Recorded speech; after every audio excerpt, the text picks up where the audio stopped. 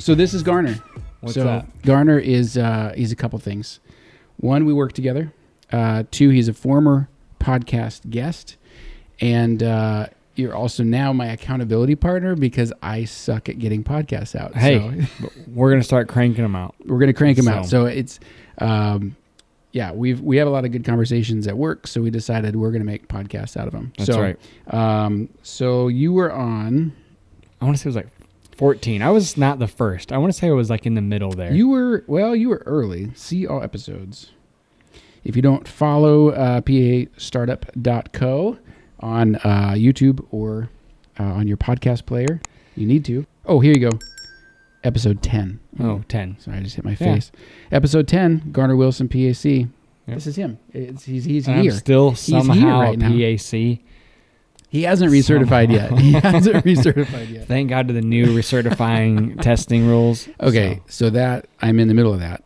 I'm one. How many quarters are we in? 7. It's out of 8. So Have you passed the first 7? Yes, barely. One of them. It's a little touch and go. So when I took my job with Chris, I was like a little nervous moving out of state, taking a job in CT surgery, and I got through school just fine. But I also like to have fun and do whatever. So I remember Darce texted me, "Happy New Year's. I'm starting in January." And I said, "Thanks. My New Year's resolution is to start studying for the pants." I had to take my test was like January 10th, and Darce responds, "Well, no worries. If you don't pass this one, you can get a temporary license and get 3 more chances to take it again." And I was like, this job is going to be great. This job is going to be good. This guy supports like real learning. Which is when I graduated, I had 2 weeks before the pants. Is that the earliest you could do it?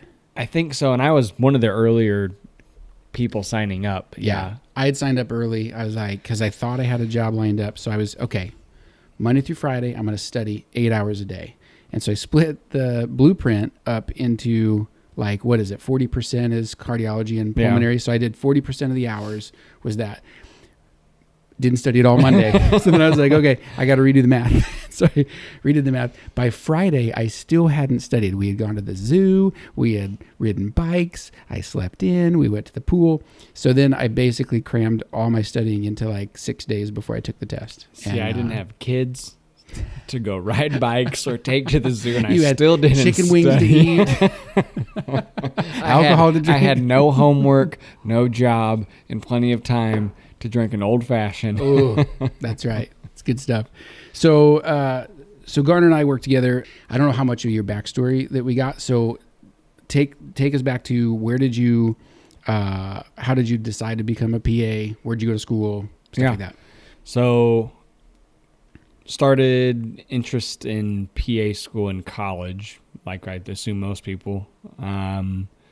Undergrad, started in business program and have ADD to the point where I realized if I had to sit at a desk all day doing that kind of stuff, I was going to freak out. So I just started pursuing other things, got a job as a phlebotomy lab tech at the VA hospital in town.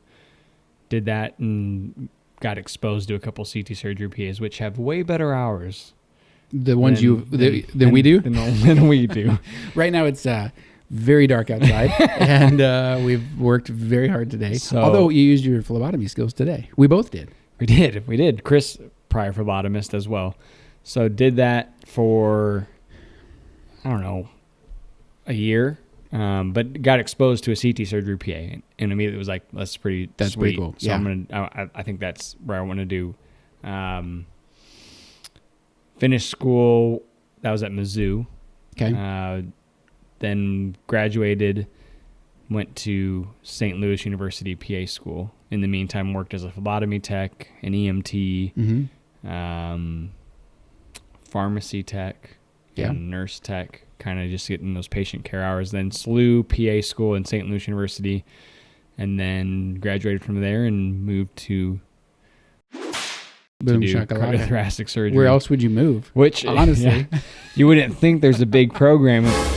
But actually, probably one of the bigger, in terms of private practice, we're a busy program, and we've loved every minute of it and getting busier. Yeah. Even with, it really is. TAVRs and other things that have kind of taken over kind of heart surgery. COVID slowed some things down, and then everyone was having MIs at home, and now they're coming in with EFs at 35. It's crazy how you either die from an MI or you still need heart surgery. Or you're maimed, and then you're in the hospital for 14 days. But the fact that there's a job requirement before you get to school, right, that exposes you to a lot of things in healthcare before you were versus an MD. How things work. School, boom, boom, right. Residency. You're learning it all in residency, and, right. and all that. Is that you see how things are done and how people interact before you actually get to the job and start working on it. Yeah. I remember my first day on the job as a PA, and they're like, order a CT scan for this patient. I was like, okay. This is back in the days of like writing in a chart. And I opened up the chart and I was like, what do I write? And they're like, CT abdomen. Scan. And I was like, oh, okay. CT abdomen. And they're like, do you want contrast? Do I want contrast? I mean, because I worked with a lot of NPs right out of school, and they had worked on the floor for years, and they knew, well, you could do a CT with oral contrast, with IV contrast, without contrast. It could be abdomen, pelvis, chest, abdomen, pelvis. They knew all of these factors, and I had no clue. So I think whatever that exposure is, if you can get it somehow, I think it is beneficial. But having said that, I did not have that, and I'm fine. I got up to speed, no problem. So. Yeah, where I was going, I guess, before I had a brain freeze, was the exposure in terms of, we talked about you want to get your exposure and be out of the room, right? You want to do this and leave. I want to do this, and I like that, and then I can leave. It gives me a pass. But knowing also that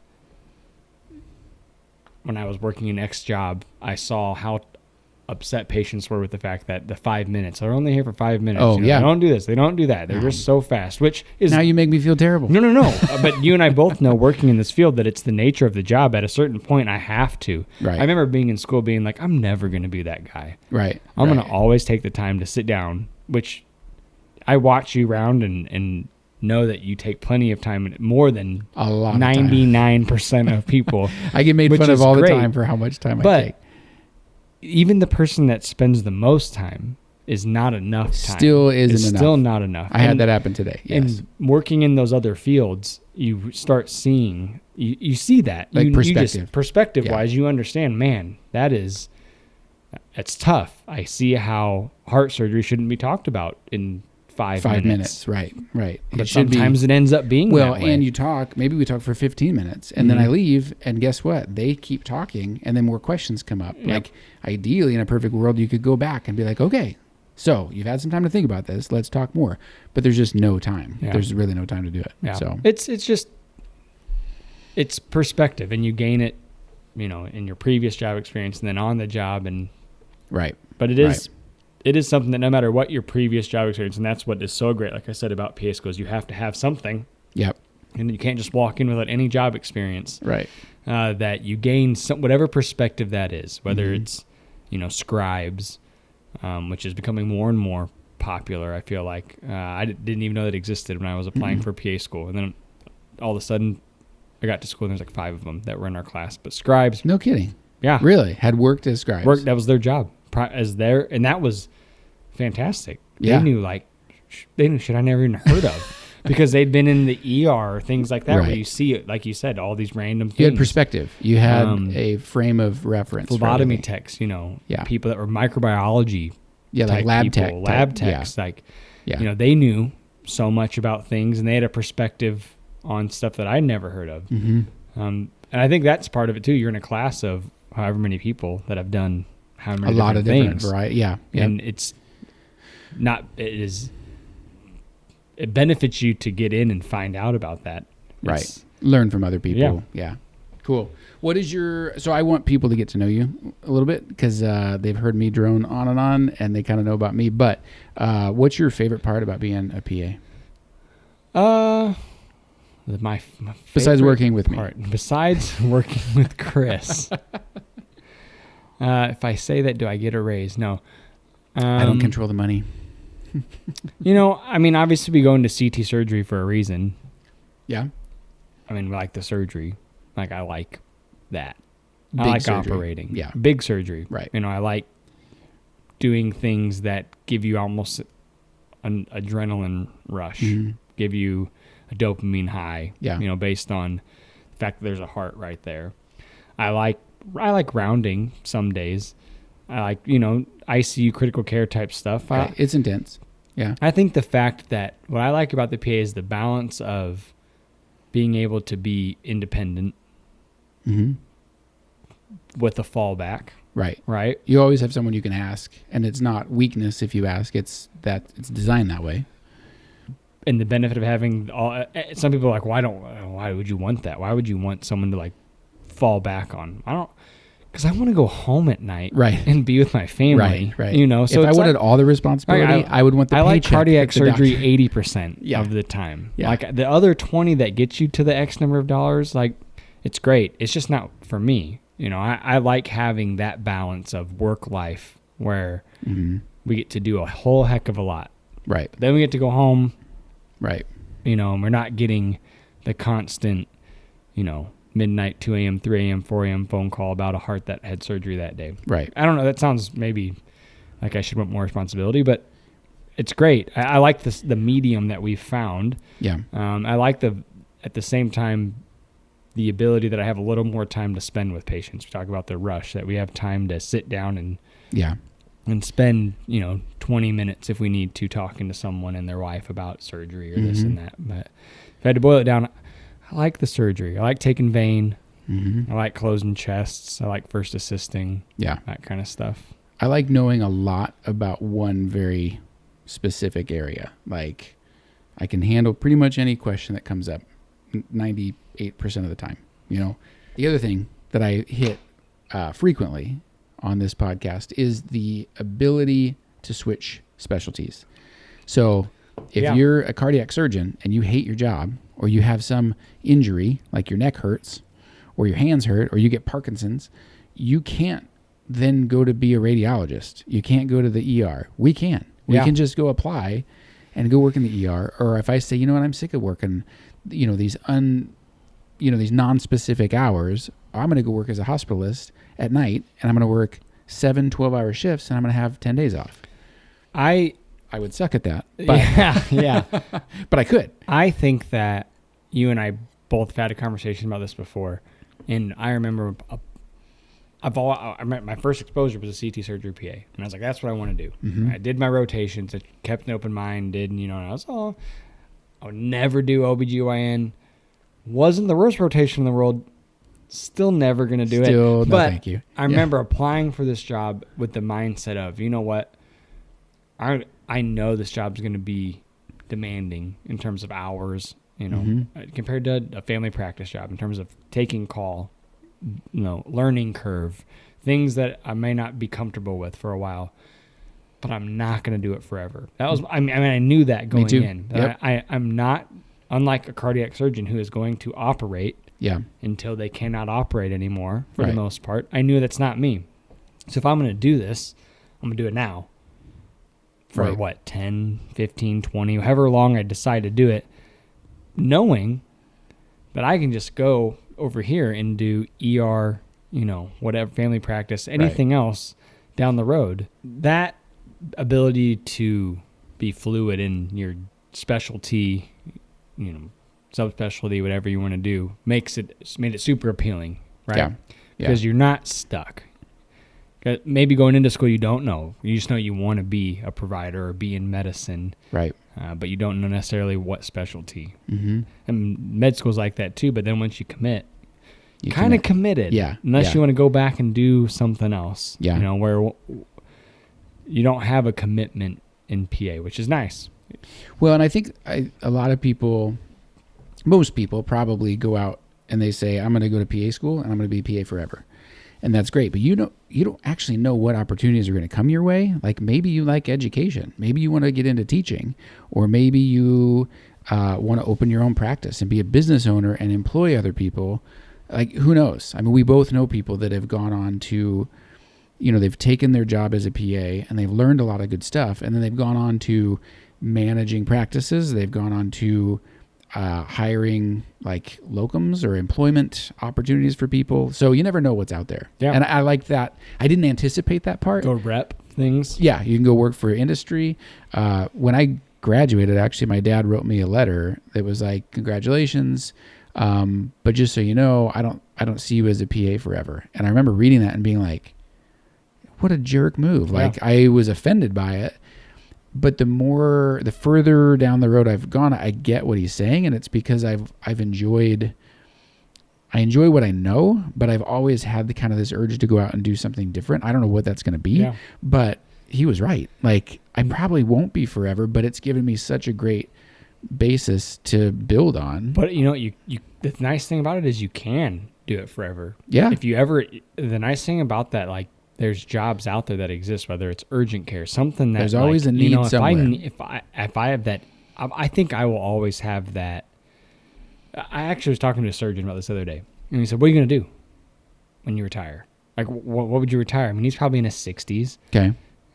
And he brought it up. I believe me, I did not ask him when he was retiring, and he just was saying, what would you do though? Like, if you retire? Because I said, I don't know. Do I have a big retirement account? Do something? I don't know. He's like, but like, you seem like the guy. I mean, he knows me well enough that you seem like the person will get bored, which is probably true. Right. Probably get bored. Yeah.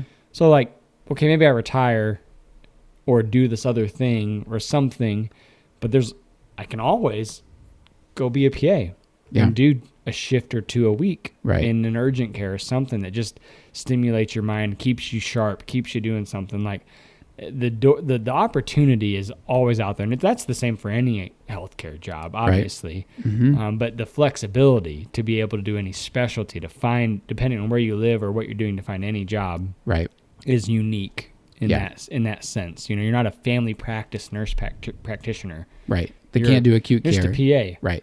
You're flexible. You can go anywhere. You're not just a PA. You're a PA, and you're awesome. And you are good enough, and you're smart enough, and doggone it, people like you. That's right. Okay, random question. Of all your pre-PA jobs, what do you think was the best experience, like, for your job now as a PA? It's weird how, for people that are just applying to PA school, how CASPA words...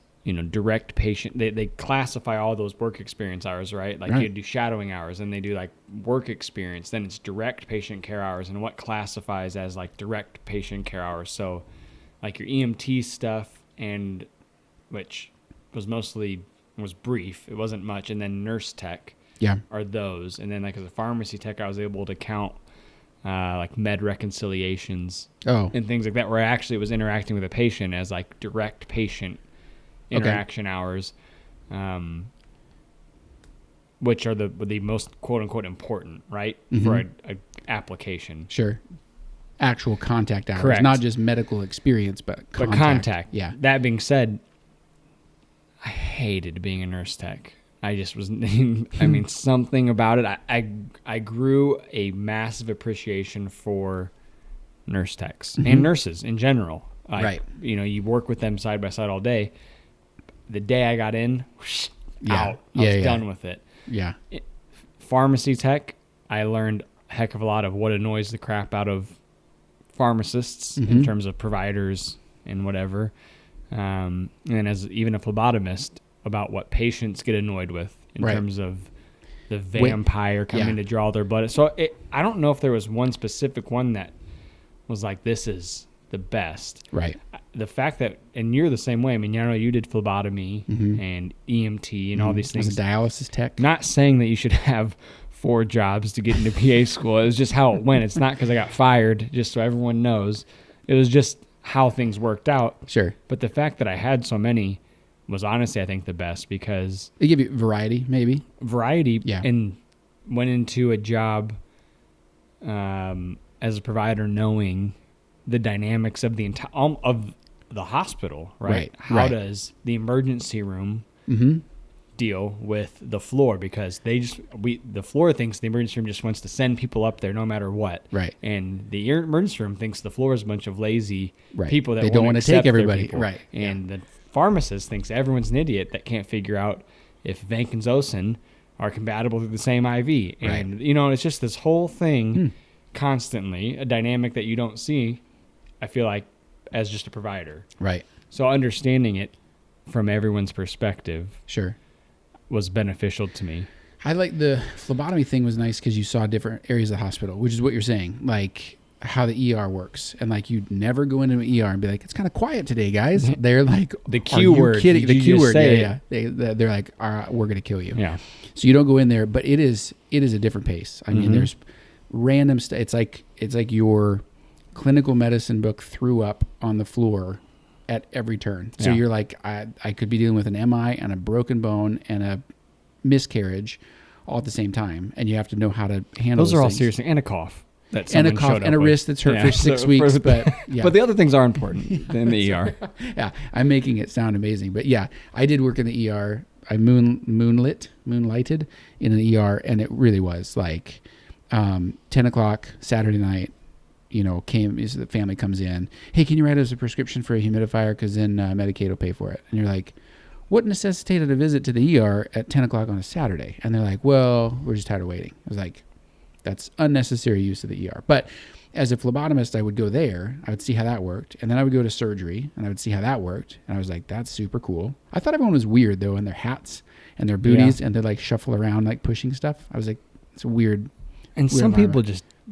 they can't pull off certain things, like the booties that go to your knees. Oh, yeah. The orthopod type thing. Yeah. Like, you getting ready for a hurricane? Like, you going wading? You going noodling? But then the floor, understanding the floor and stuff. I would argue, though, that some of the best providers that I've seen have worked as nurse techs. I agree. A nursing assistant, because where does the crap flow? Like, the nurses have to put up with people for 12 hours a day, which can suck if you have a bad patient. It can be great if you have a good patient. But when it comes to like the grunt work, a lot of times it's the techs that are doing the baths, that are taking people for walks, that are cleaning up spills or accidents. I mean, literally, but they understand what the nurses have been through. And those are the people that when the phone rings and it's a nurse asking a question, they might have been exasperated all day. And because you have that tech experience, and I've heard you on the phone, and I was like, I wonder if that's part of it, because it's like, nope, I get it, moving on.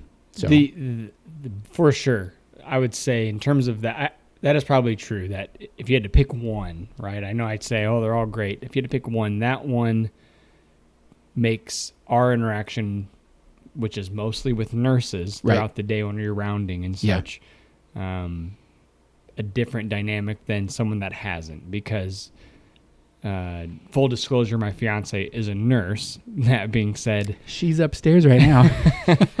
Gotta go. I don't live here. He lives here. That being said,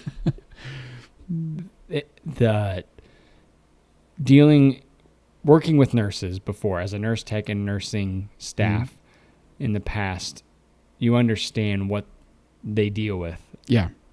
So you understand that it's not just one patient, that there's multiple patients, that they can have a bad patient that can really wreck your day.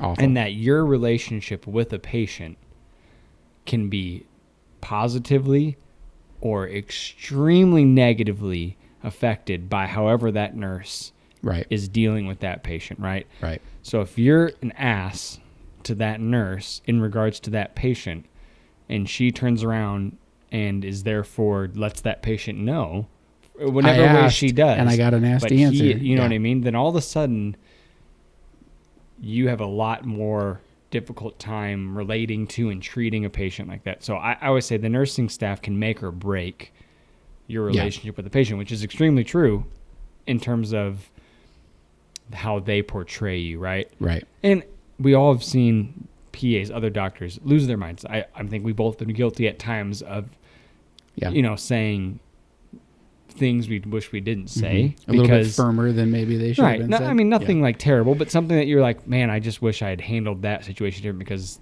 so-and-so's an idiot. Right.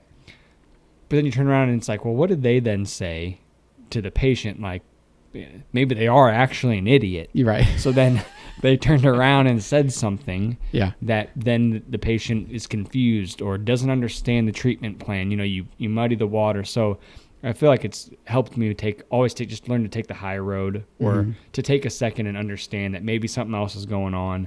They're dealing with 4 or 5 other patients. Yeah. So I agree. Long story short, that probably as a nurse tech, that relationship is a lot different than someone that hasn't. Not that everyone should be a nurse tech. wiping ass sucks. It sucks no matter what you're doing. It's not fun. Get me out of here. So, Get me out of here. So if you don't have to, maybe don't. But walk away from knowing that you didn't have that experience, that there are people that have. Right. And there's people that are doing it every day, from 18-year-old college students to 40, 50, 60-year-old people. That's their full-time job. And they don't come to work expecting to get treated like that. So. Right. I think we get a free pass sometimes too as providers, where the nurse will be telling them something that is probably, very much right. Like, this is what you need to do. You need to get up and walk. You need to whatever after surgery. And they'll be like, no, not doing it. And then we come in and we're like, hey, you need to be sure to walk. Oh, absolutely. No problem. Yeah. And the nurse is like, oh my goodness. Like, I've been telling them that all day. I think we get a little bit of a free pass because our interaction is limited, whereas the nurse is there for 12 hours. And I couldn't do that. I could not do that job at all. All right, man. Well, welcome to the podcast. I'm glad to have somebody to shoot ideas off of, and I'm sure everyone is glad to hear a different voice than mine. So well, I'm glad to be back, and we're gonna do some more. It'll be fun. Future. Yep. We got cool stuff coming. Yeah. So keep you in the loop about that. Yep. Definitely hit. If you're a podcast listener, subscribe to the podcast. Leave us a rating and review. We'd love that. If you're on YouTube, subscribe to our channel and like the video. Leave us a comment. We'll go through all of them. We'd love to hear what you guys are thinking, what you disagree with and what we've said, what you agree with, just where you're at in school. And we're here for you. We're rooting you on. And favorite bourbon for an old fashioned, because this one was just average, Chris. Kidding. If you got any tips, let us know. Wow, I made my special tonight, and it started good, but it ended poorly apparently. So yeah, if you know how to make a good old fashioned, please leave a comment below. Thanks, guys. So all right, thanks, Chris. I've often done podcasts alone.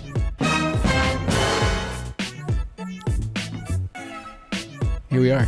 Yeah, here we are. Cheers. Cheers to you.